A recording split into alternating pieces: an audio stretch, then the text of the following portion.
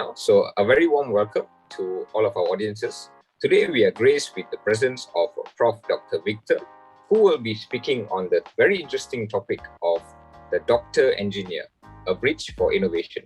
So I guess before we begin, it's only right for me to introduce to our audience a little bit about Prof. Dr. Victor.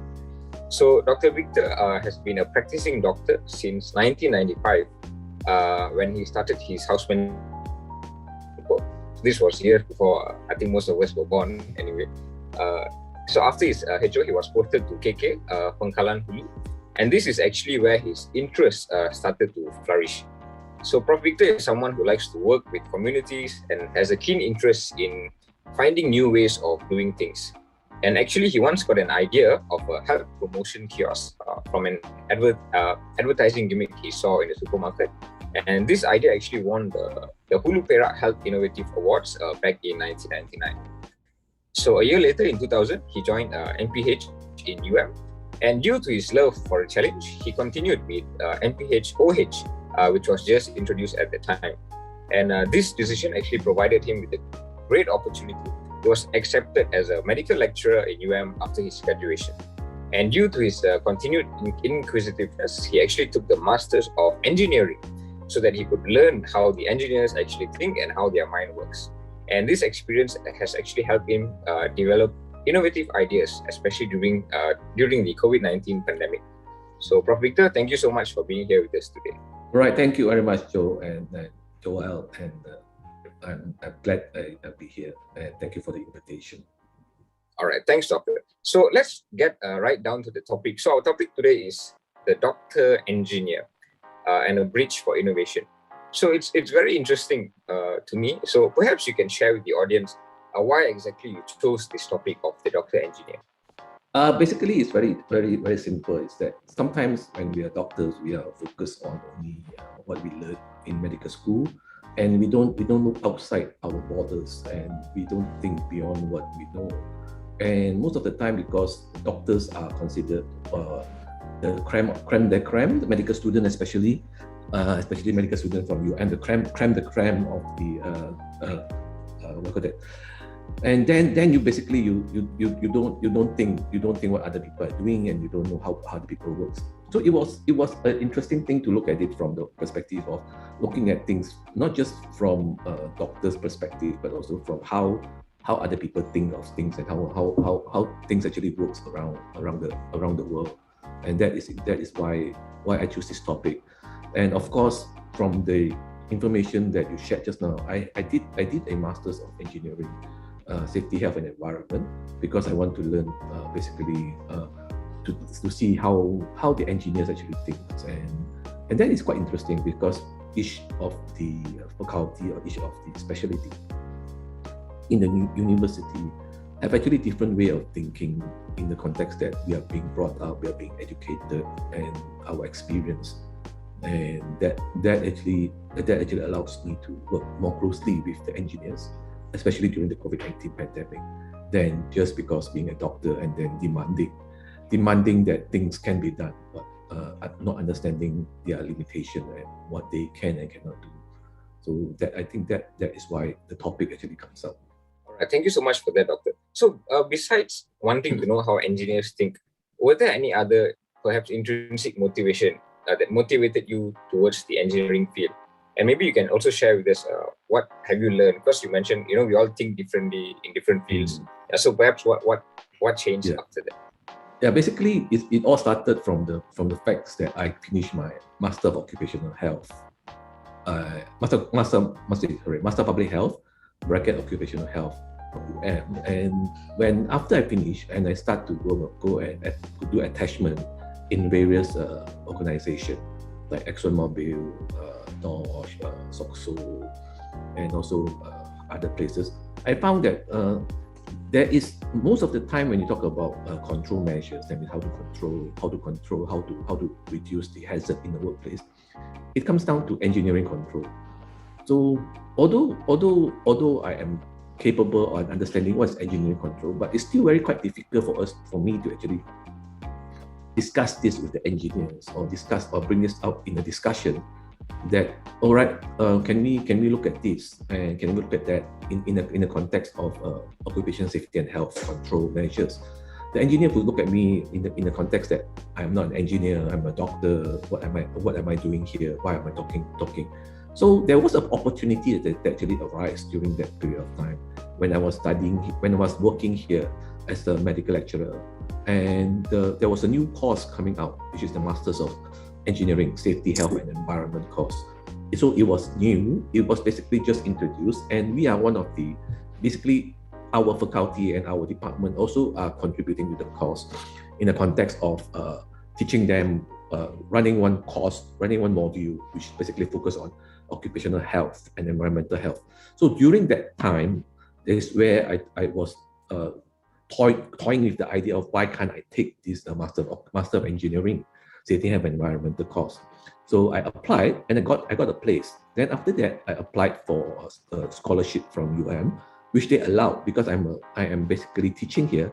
And if you are teaching here, you are allowed to take courses within the university if this does not disrupt your work. So the classes was in the weekend, so it was an executive course. So I got time to actually learn it. So by doing this, actually I am being more confident in when I talk to engineers. I'm being more respected because of the masters that I get. I'm also, during that period of time when I was a student, I do meet up with a lot of people working in the field, a lot of engineers, and understand their limitation, understand how they communicate and what they do. So basically, it focused on the safety and health aspect of engineering, and that actually allows me to talk in the context of what the engineers can actually do and what they actually cannot do within the scope of. You must understand that from the engineering perspective, they are all specialists when they come out. Not like us, we are generalists. We are basically a doctor, and then we go into surgery, go into internal medicine. But from an engineering perspective, they are chemical engineers, they are mechanical engineers, they are civil engineers, they are electronical engineers. So they're basically specialized in a certain field, and that basically by understanding and what each of those field actually does, it give a better aspect of what actually people do, and you understand what people do, and that is when communication become easier.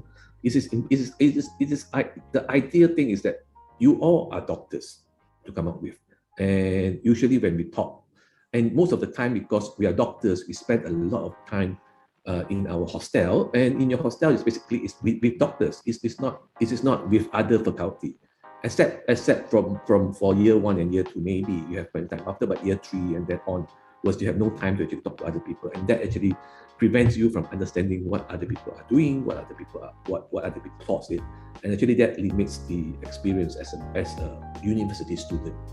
I think that is the issue that we face as a medical doctor. Because if you look at other groups of other groups, basically they have classes, they can take classes from other faculty, they can take classes from elsewhere, and that allows them to interact with other people. And given the opportunity to actually do this masters allowed me to actually learn a lot of that, and also I learned the limitation that I have, and I basically learned to do and think how works is being done. I think I really admire the way you specialize in one field, then you jump over and also learn more on the other field, the engineering side, so that you are able to contribute as much as you can to both sides. And because you understand both aspects, I think that's really admirable. So thank you for that, Prof. Prof, just wondering, as of now in there's also a field called biomedical engineering. So being someone who has gone through the SHE part of engineering, how would you say that differs, and what are the learning scopes, and how are they different? Okay, so biomedical engineer is actually an engineering field, as I mentioned earlier. Engineers basically comes out in a specialist field, like civil engineer is a field, mechanical engineer. So biomedical engineer basically are focused on designing and medical equipment, and also looking at how to interact between a medical and and engineering. So that is one of the field that actually there are interaction between medical and engineers in the context that they work together in the hospital environment to design equipment to actually be able to suit and use as a hospital. So they are more into designing medical equipment in the context. So that is the biomedical engineering field. So if people who want to do medicine, who love medical field but also love engineering, I think the biomedical engineering field will be a good called undergraduate degree. So they are basically for you to actually do again if you want to do another undergraduate degree. It means a double undergraduate degree. But from my perspective, I am looking at it from a postgraduate perspective, and the postgraduate perspective because that I am doing safety and health, I'm doing occupational health. I want to learn more about occupational safety and health. So that's why I focus on masters for it. But for those people that are interested in looking at things from the designing things, to make things work, I think biomedical engineering is one of the good field to combine between medical, learning about anatomy, learning about physiology, and then also learning about engineering. Because they do learn about anatomy. Because without learning about anatomy and physiology, they won't be able to design equipment that basically be used inside the one. So they do learn about what you do in the first year, second year of anatomy and physiology and how the body works. And that is what is important and what is interesting also. All right, thanks, Prof. Yeah, it seems like biomedical engineering is pretty interesting. It's like sort of a marriage between medicine and engineering. So, yeah. So, Prof, today's topic is the doctor engineer, and the second part of the topic is the bridge for innovation. So, speaking about innovation, how do you think innovation can happen, and maybe what is needed in order for innovation to take place?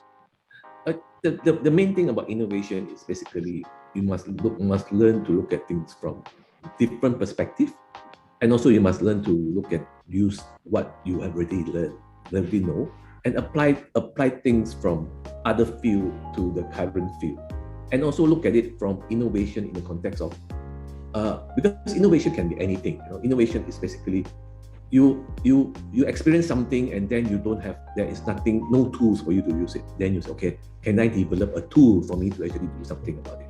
So that is where innovation comes in. It must be something called internalization of what you do. That's why there's a lot of time people do what we call focus discussion, to look at what other people are thinking and then see whether there's innovation coming out with it. But that is a way of doing it. But the best way of getting innovated is getting people with great ideas sit down and talk and then discuss and what can be done to actually solve a problem. So looking at things from a different perspective.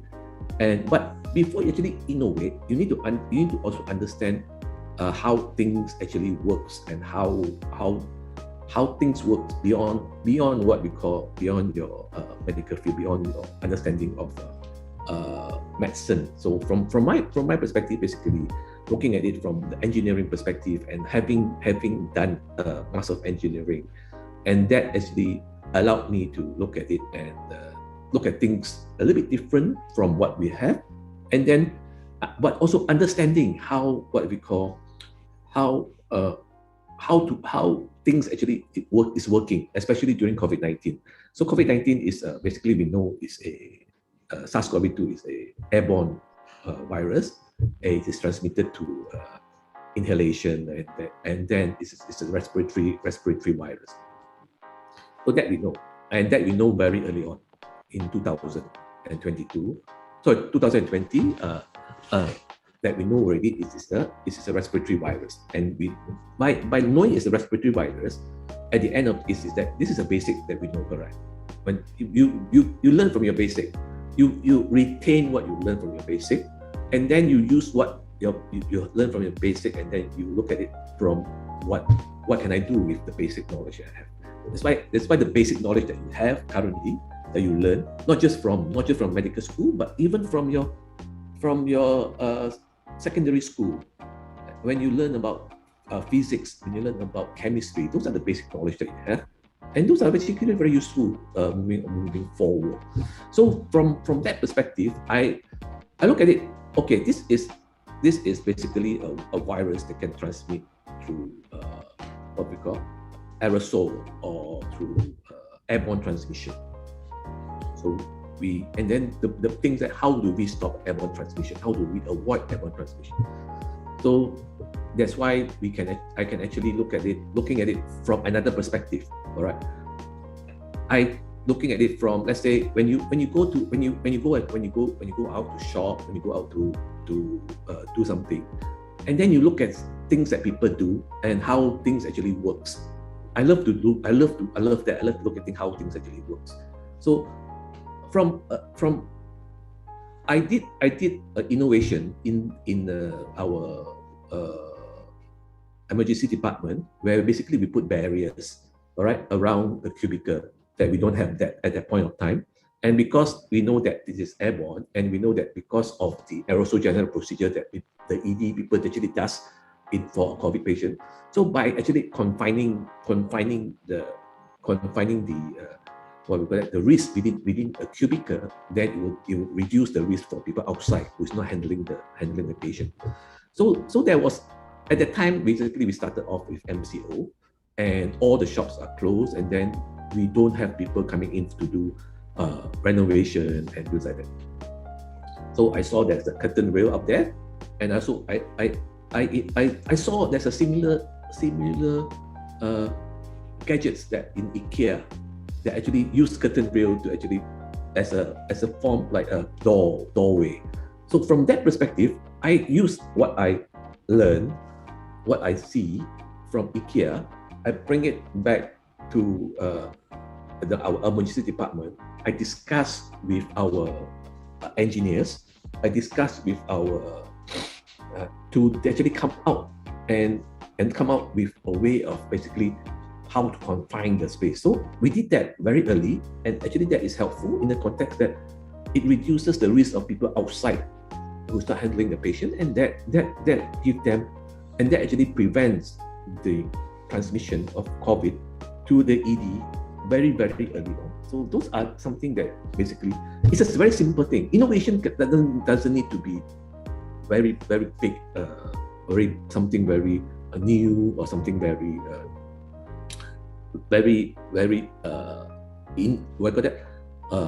novel. But it can be using something that you have, but in a different way. So that is also called innovation. All right, thank you so much for that wonderful explanation, Prof. So I guess internalizing what we know, understanding what we know, looking at things from a different view, and seeing how we can use that information that we already have in order to change things and to make it better. So I guess that is the recipe for innovation. Yes. Would you agree, Prof? Right, yes, I would agree. And I think from your perspective as a medical student, all right, and when you go in and see people do things, correct, you also can innovate. You can see, okay, how can I do things better from my experience? Because you all are young, you have different experience from the older people. The young people have different experience to say, can we do things differently? Can we innovate differently? Can we introduce, let's say, basically most of the time you're using app or using, can we use, maybe use what we call gaming? How can we use gaming experience into innovating? So all those things are innovation, and I think that's important, especially from young people, that can, when you go in and look at, you do learn what you learn, but you look at things, okay, is it a better way of doing things in this context? Can I do things differently? Can I use what I know? Then can I change it? I mean, you can, because that is what we encourage people to do. But you do it in a very diplomatic way, and then you would be successful. So that's what I did when I was in clinical kesehatan Kuala Lumpur.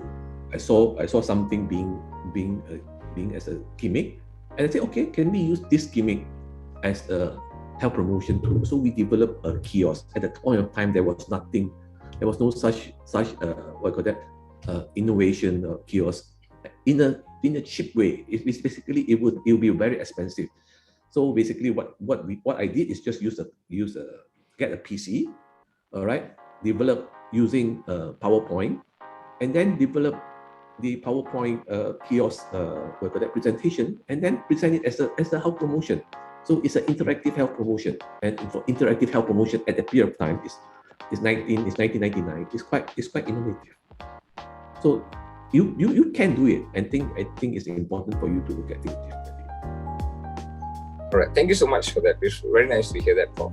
So since most of our audience here are budding doctors, so being someone of your caliber who has both experience in medicine and engineering, what advice would you give to budding doctors out there? I think the most important thing is to learn to love what you do. All right, and sometimes it is difficult currently to know what you love. All right, and for me, medicine wasn't my first love.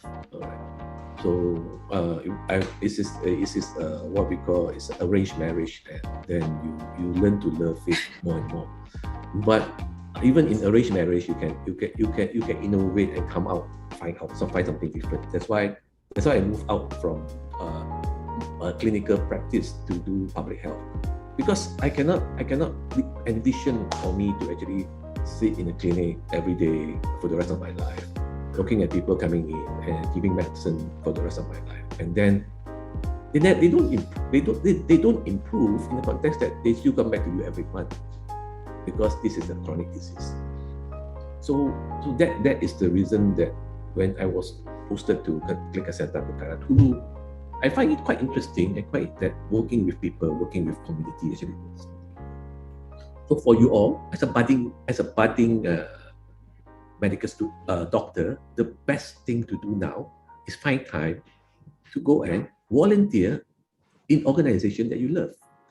Do things that you love to do during your weekend and during your part time, and then contribute back to society, and then you see whether what you are doing actually would improve how you do things, and whether it will give you a better perspective on what is nice and what is good, right? Of course, if you are interested in let's say being a cardiothoracic surgeon very early on, that's good. That means you have an ambition already. You know what you want to do, but also keep in mind that ambition can actually change with new information, with new opportunity, and with new what we call new opportunity.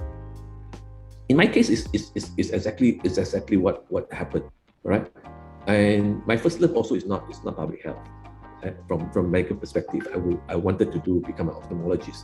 It's not that I did not go to ophthalmologist per se, but because I was posted in the Klinik Kesihatan, I find that public health is much more interesting than sitting there looking at the eye for the rest of my life. Of course, that is interesting also. I'm not saying that's not interesting, but for my perspective, because I love to go out, do other things, and work in other fields. That's why I think of doing public health, and that opportunity actually came, and it allows me to actually pursue my interest in public health. And of course, and as you mentioned earlier, that even in occupational health, it was not something I love or not something I know, and not something I learned. I did not learn this during my undergraduate education, because it was not very something very what you call that common at the point of time. But I did learn it. I come in and I look at the opportunity, and I think it's quite interesting to have to look at a new course and to go in and explore, and exploration, and being what we call that, always trying to look at things differently. So I joined the Master of Occupational Health, although it have not been offered before in UM. So that was but that's why I joined it, and I have no regret after that. I have basically done the best I can do, and also practice occupational health and improve occupational health in the country. Right. Thank you, Prof. That was very wholesome advice. So yeah, I think I agree with you. It's good to have an ambition, a goal, but we must also be open because ambitions can change. And I think, volunteering or, putting yourself out there, the more you experience things, then the more I guess you will find your true love and what you want. I think, yeah. So that's great advice. Uh, so Prof, I think you are an example of a best example of a lifelong learner. So perhaps you can share your opinions on lifelong learning and how people say learning never stops until the day you die. So yeah, what is your opinion on that? Yeah, basically, I am a lifelong learner. I learn. I look at things every time I want to do new things. And the reason I think the issue is that I cannot sit still. I cannot like just do the same thing over and over again, and then being happy about it. So, like lifelong learning currently is very easy, not compared to last time. Last time you need to buy books, you need to go and read a lot, and you need to basically buy a lot of books. When I started, let's say, when I started off doing web developing, I'm a web developer also. If you don't know, I did PHP development before. I did HTML before.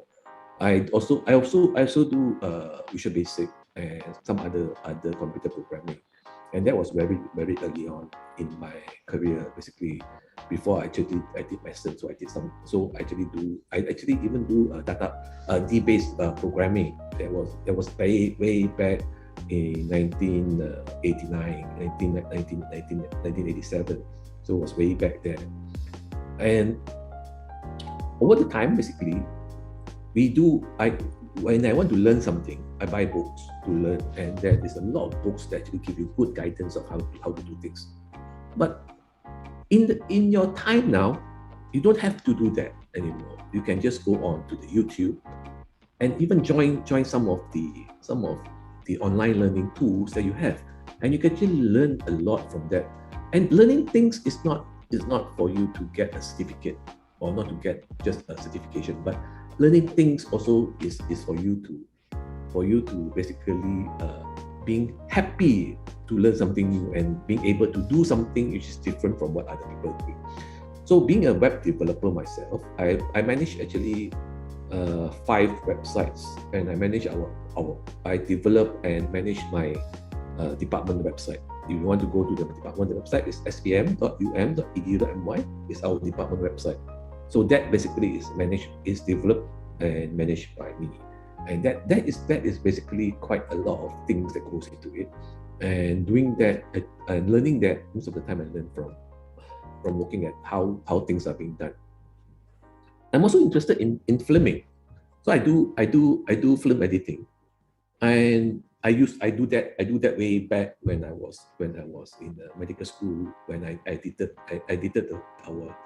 our graduation video for my school. But currently there are so many software available that we can actually use, like DaVinci Resolve that I use actually to do editing, and all the tools, all the ways I learn from watching videos and doing it and learning how to do it. So that is what I do.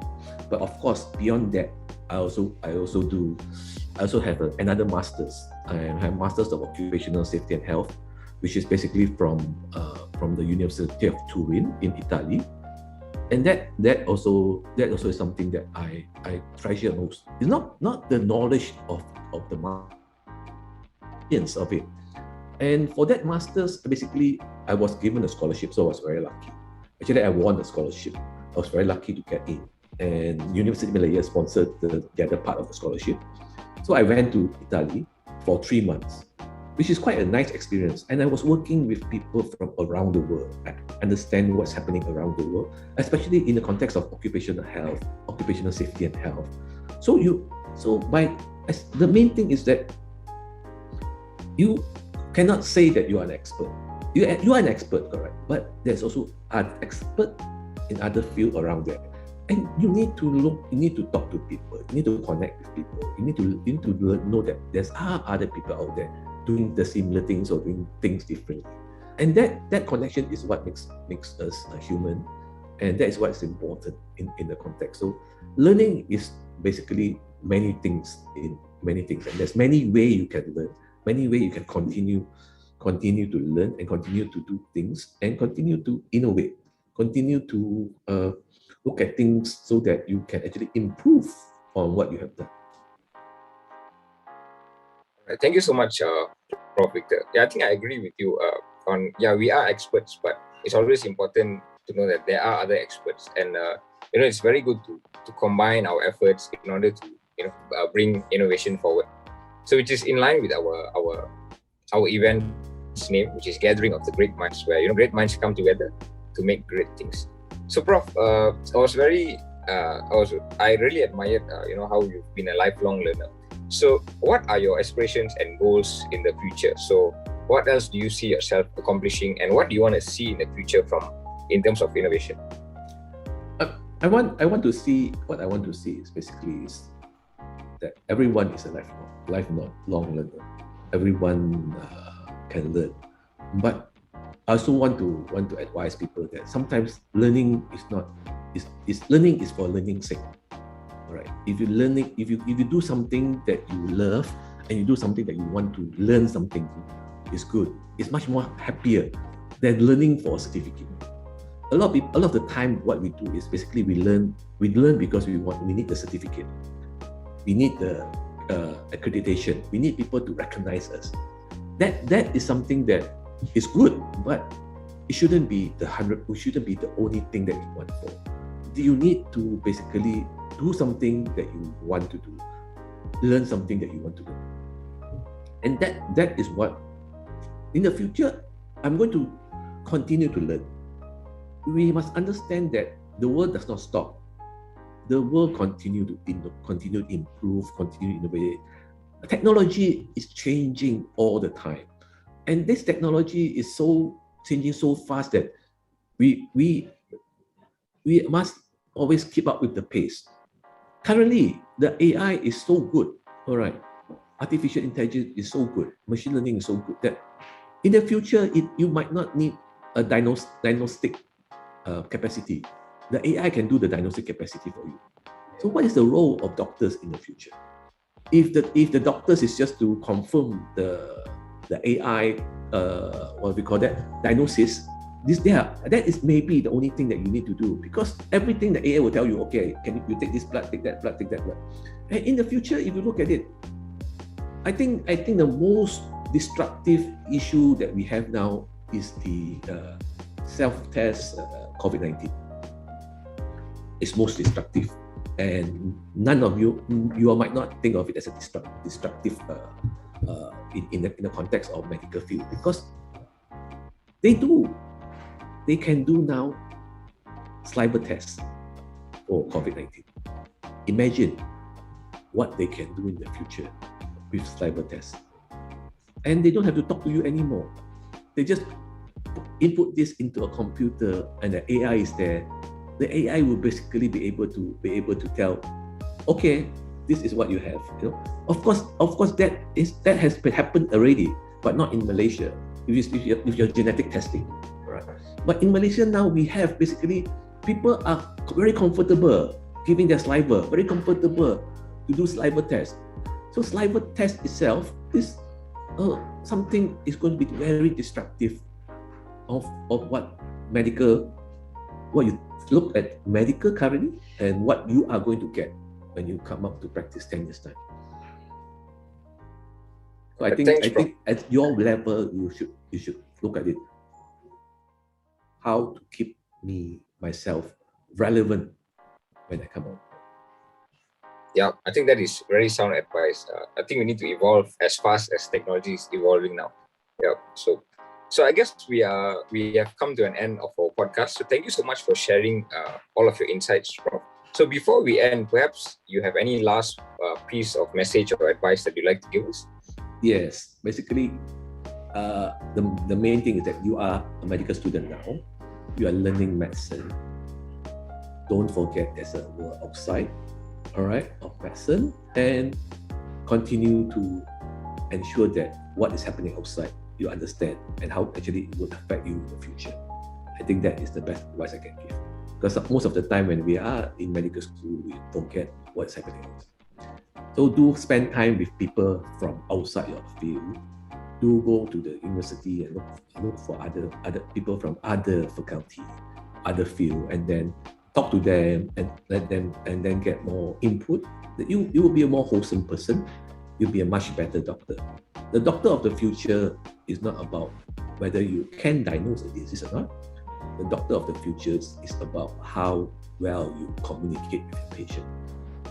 And communication is when you know how to communicate is when you learn how people think. You learn how people see from the same information that you see. So the only way to get it is to connect with people outside your school. Thank you. All right. Thank you so much. That was a wonderful message, Prof. Victor. Once again, thank you so much for your time and for being